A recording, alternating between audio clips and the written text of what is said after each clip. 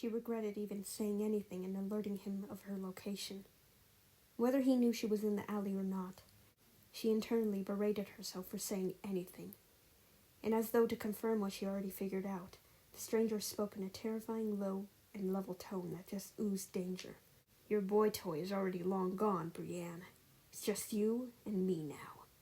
He spoke vaguely, and she immediately realized that his voice was familiar to her in some way, but she couldn't place where.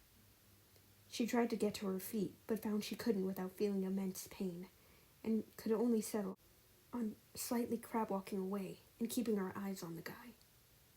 "Stay away! Who are you?" she cried out, continuing to retain some distance between them. With that, he paused in place, which made her stop as well to assess him closely.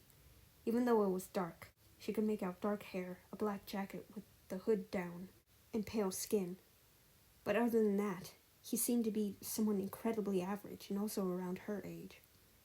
He let out a slightly breathless laugh that seemed slightly disbelieving, but then he erupted into full-blown laughter. Her skin crawled and stomach dropped, her throat becoming dry as she watched him in horror. He was insane. He had to be.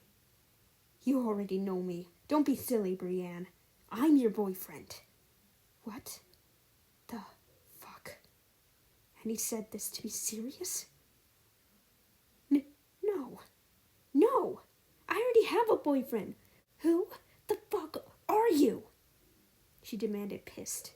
In all honesty, it didn't matter how much she was hurting then. She could tolerate the pain enough if it meant beating the sanity back into this guy. She didn't take those classes in martial arts as a black belt for nothing after all.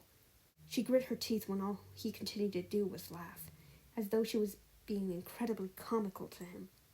"Now don't be that way. Your so-called boyfriend's already out of the picture. It's over.